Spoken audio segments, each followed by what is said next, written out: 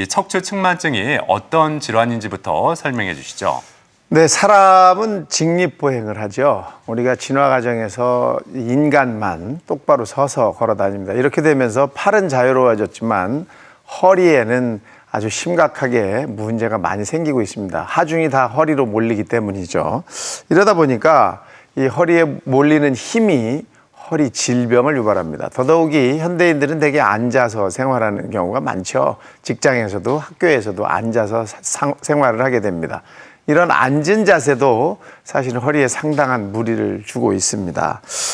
사람의 척추는 만곡이 있습니다. 커브가 있죠. 사람을 옆에서 쳐다보면 목과 허리에 구부러진 모습이 보입니다. 이런 정상적인 만곡이 존재하는 것은 충격을 흡수하기 위해서 잘 만들어진 겁니다. 하지만 사람을 똑바로 앞에서 쳐다보면 반듯해야 됩니다. 한쪽으로 치우쳤다는 것은 척추가 반듯하지 못하다는 뜻이고, 이렇게 척추가 한쪽으로 치우친 것을 척추 측만증이라고 부르게 됩니다. 이렇게 치우치게 되면 한쪽으로 상당한 통증을 유발할 수도 있고, 또 허리를 움직이는데 기능에도 문제가 생길 수가 있죠. 그래서 이런 측만증을 잘 알아둘 필요가 있는 겁니다. 네, 그럼 이 척추 측만증에도 여러 가지 종류가 있을까요? 네, 있죠. 우선 척추 측만증이 생기는 원인으로 질병이 있다면 그 질병 때문에 생긴 척추 측만증은 질병을 해결해야 그 측만증을 좋아지게 할 수 있겠죠. 하지만 대부분의 척추 측만증, 한 85%에서 90%는 원인이 아직까지도 완벽히 밝혀지지 않은 특발성 측만증이라고 합니다. 이 특발성이라는 말 뜻 자체가 원인을 아직까지 밝히지 못했다라는 뜻이거든요. 벌써 이제 이 의학이 발달한 지도 수백 년이 지났는데도 아직까지도 이 척추 측만증의 완벽한 원인은 밝혀져 있지 않은 상태입니다. 이 척추 측만증을 두 가지 형태로 크게 나눠볼 수가 있는데요. 하나는 C자형, 하나는 S자형, 이렇게 둘로 나눌 수가 있습니다. C자형은 척추가 한쪽으로만 휘인 거죠. 오른쪽으로 휘어서 C자가 되든 왼쪽으로 휘어서 C자가 되든 이렇게 휘게 되면 이 몸의 모양새가 달라지게 되죠. 휘어진 쪽으로 어깨가 올라가거나 또는 등뼈가 옆으로 가기 때문에 몸통이 휘어진 모습을 보일 수가 있습니다. 하지만 S자형은 좀 다르죠. 이 위쪽에서 한쪽으로 휘고 아래쪽에서 반대쪽으로 휘게 되면 모양은 정상적인 모양을 보일 수도 있습니다. 이렇게 되다 보면 확인하는 데 상당히 어려움이 있을 수 있고 그냥 시기를 놓쳐버리는 경우도 생깁니다. 따라서 S자형의 척추 측만증은 아주 자세히 관찰을 해야 되고 정밀한 검사를 통해서 진단을 받아보셔야 합니다. 네. 그리고 아무래도 그 척추 측만증의 진행 정도에 따라서 이 몸에 나타나는 증상도 다르겠죠? 그럼요. 다르죠. 이 척추 측만증이 얼마나 진행이 됐느냐에 따라서 초기, 중기, 말기로 나눌 수가 있는데 이때마다 증상들은 조금씩 달라질 수 있습니다. 표를 보시면서 설명을 드리겠습니다. 초기 측만증은 양 어깨 높낮이에 차이가 생기고 또 밑으로 내려가면 골반의 높낮이도 차이가 오고 양쪽 귀의 높이도 차이가 날 수 있고 목이 또 일자목이 될 수 있습니다. 그러다 보면 다리도 길이가 차이가 나고 휜다리가 있을 수도 있고요. 또 허리 통증과 이런 경우에는 되게 10도 미만의 측만증이 나타나기 때문에 큰 차이를 보이지 않을 경우도 있습니다.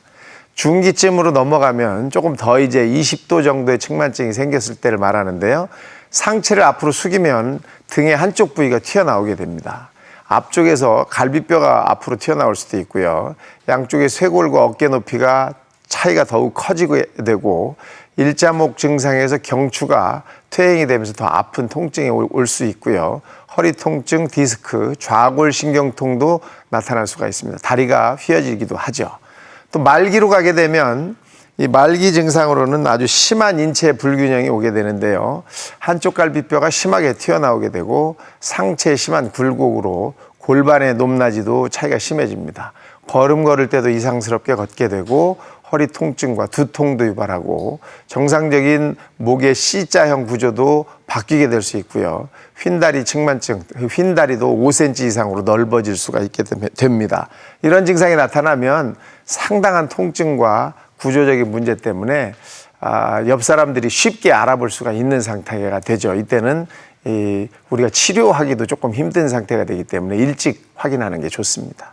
네. 이 척추 측만증을 앓는 환자 중에요. 학생 환자 수가 그렇게 늘어나고 있다고 하는데 특별한 이유가 있을까요? 아직까지 원인을 밝히지 못하고 있다고 말씀드렸잖아요. 그러다 보니까 이 척추 측만증은 정확한 원인을 잘 모릅니다. 하지만 학생들이 많이 들고 다니는 이 가방이 무게가 굉장히 심하게 나간다든지 또는 책걸상이 너무 작다든지 또는 학생들의 자세가 잘못되어 있다면 영향을 줄 수밖에 없겠죠. 건강보험심사평가원에서 이제 확인을 해봤습니다. 총계 자료를 보면 척추 측만증으로 진료를 받은 환자 가운데 절반에 가까운 44.4%가 10대 청소년들이었는데요. 남자가 여자보다 훨씬 많았고 또 13세에서 16세 청소년들이 대부분이었습니다. 아직까지 정확한 원인을 모르기 때문에 이런 이유가 원인이 될 것이다라고 유추를 할 뿐인데요. 이런 이유 없이 나타나는 측만증이 85%를 차지하고 있다고 확인이 되어 있습니다.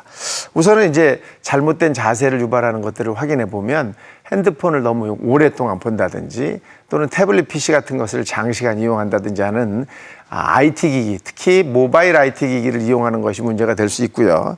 또 다른 것은 성장기의 아이들이 자세를 잘 못하고 앉아있는 이런 것들이 문제가 될 수 있고 이러다 보면 이제 성장기에 더 큰 영향을 주는 것으로 확인이 되고 있습니다. 네.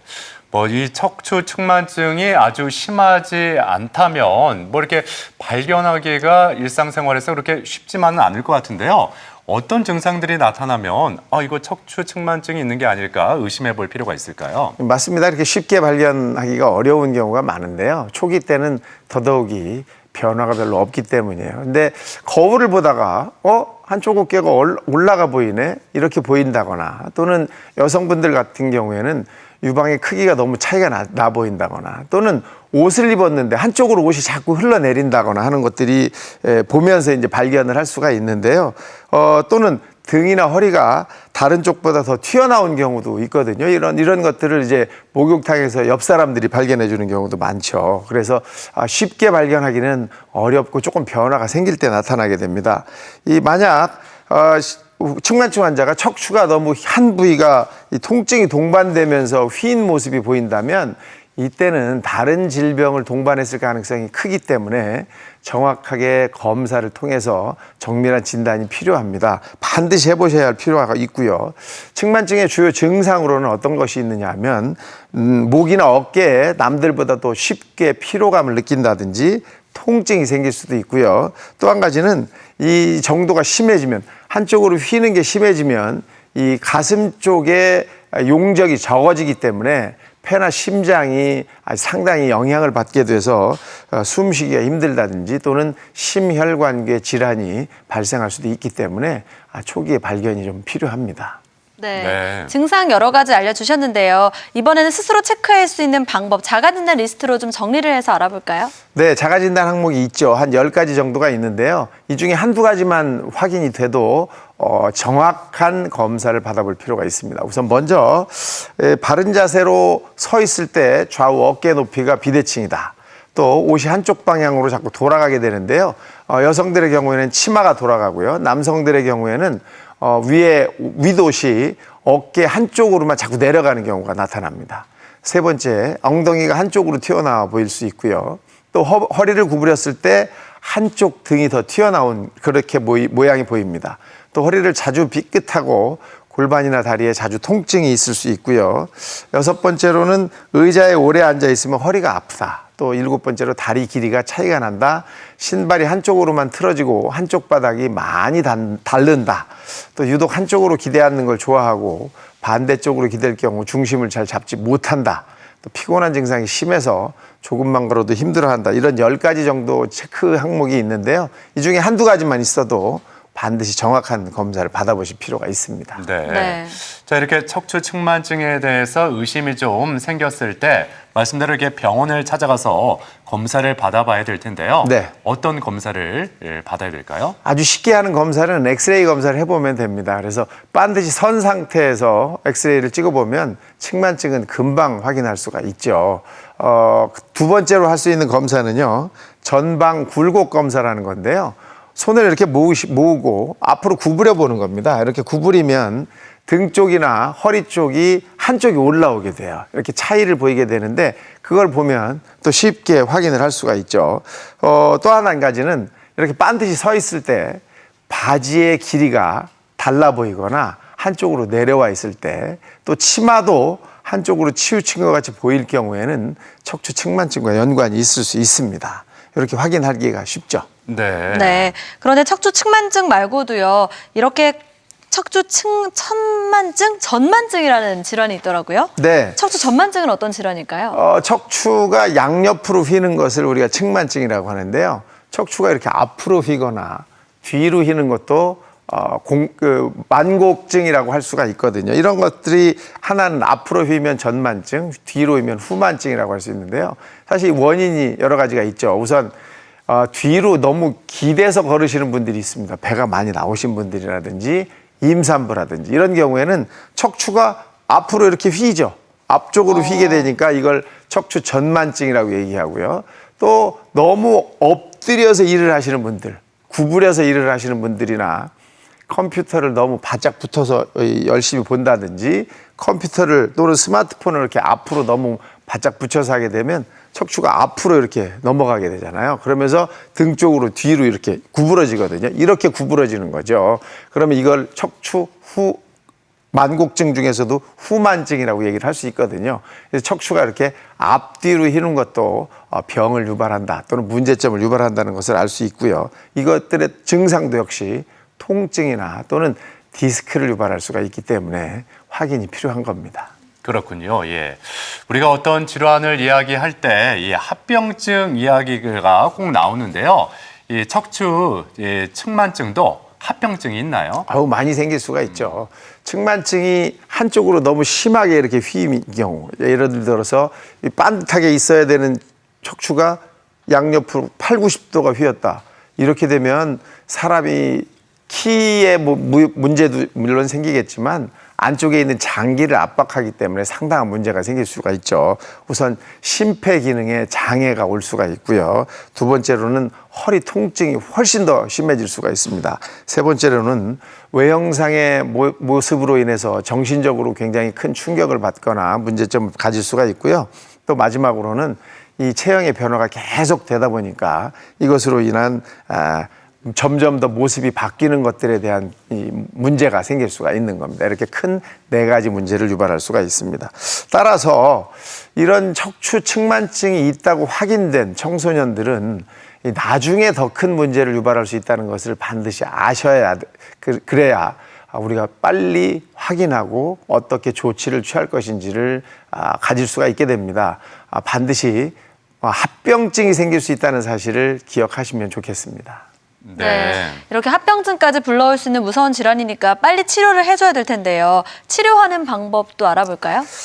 치료는 사실 이제 왜 하게 되냐면 이제 문제가 생겨서 기형을 유발하고 그로 인해서 신체 기능이 문제가 되기 때문에 치료가 필요한 거죠. 사실 문제가 생기지 않고 기능을 하는데 전혀 문제가 없으면 치료할 필요가 없습니다. 하지만 문제가 반드시 오죠. 그렇다고 측만증이 생겼으면 반드시 치료를 해야 되느냐? 그렇지는 않습니다. 우선 첫 번째는 더 심각해지는지 자세하게 관찰을 해볼 필요가 있고요. 두 번째는 조금 문제가 생겼을 경우에는 보조기를 먼저 착용해 보는 것이 치료 방법 중에 하나입니다.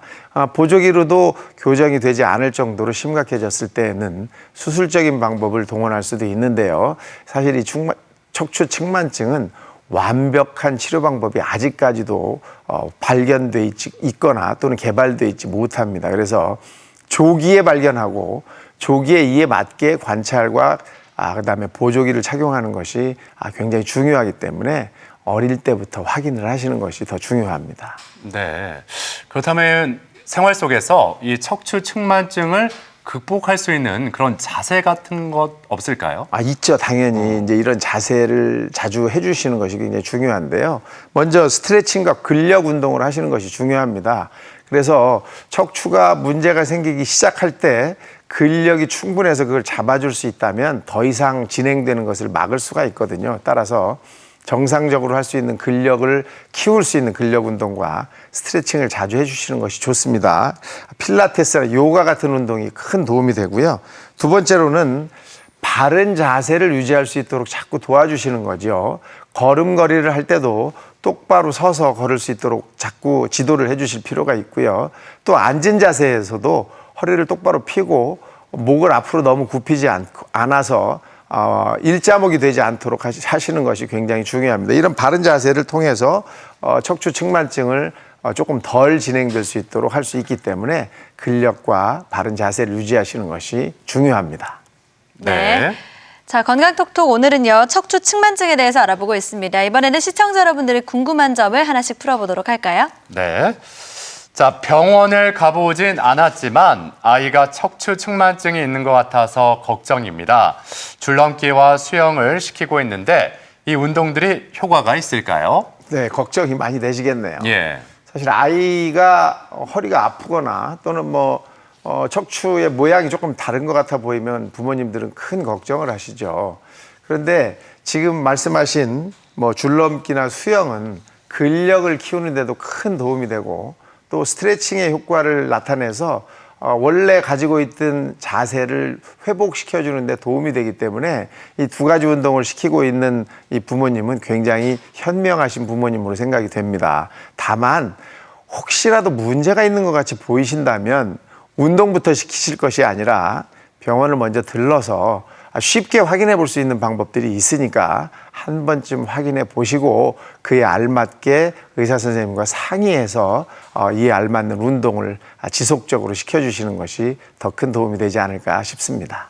네. 자, 그리고 다음 질문인데요. 초등학교 5학년인 아들이 책상 앞에 오래 앉아 있으면 허리가 아프다는 말을 자주 하는 편입니다. 공부하기 싫어서 꾀병인 줄 알았는데 초등학생들도 척추 이상이 맞나요? 정밀 진단을 받아봐야 할까요? 하셨어요. 얼마나 걱정되시겠어요. 아이가 네. 허리가 아프다고 하니.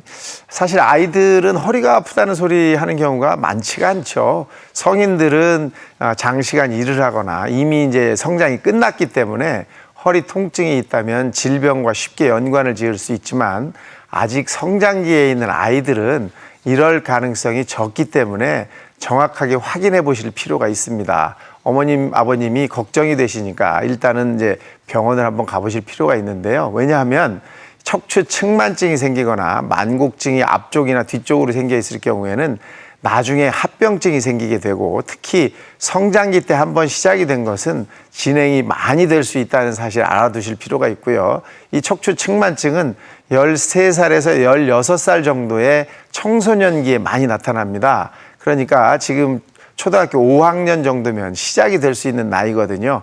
반드시 확인을 먼저 해보시는 게 중요하고 만약에 측만증이 아니면서도 허리 통증이 있다면 그 원인을 또 확인해 보시는 게 더 중요하지 않겠습니까? 병원을 먼저 한번 확인하시는 게 좋겠습니다.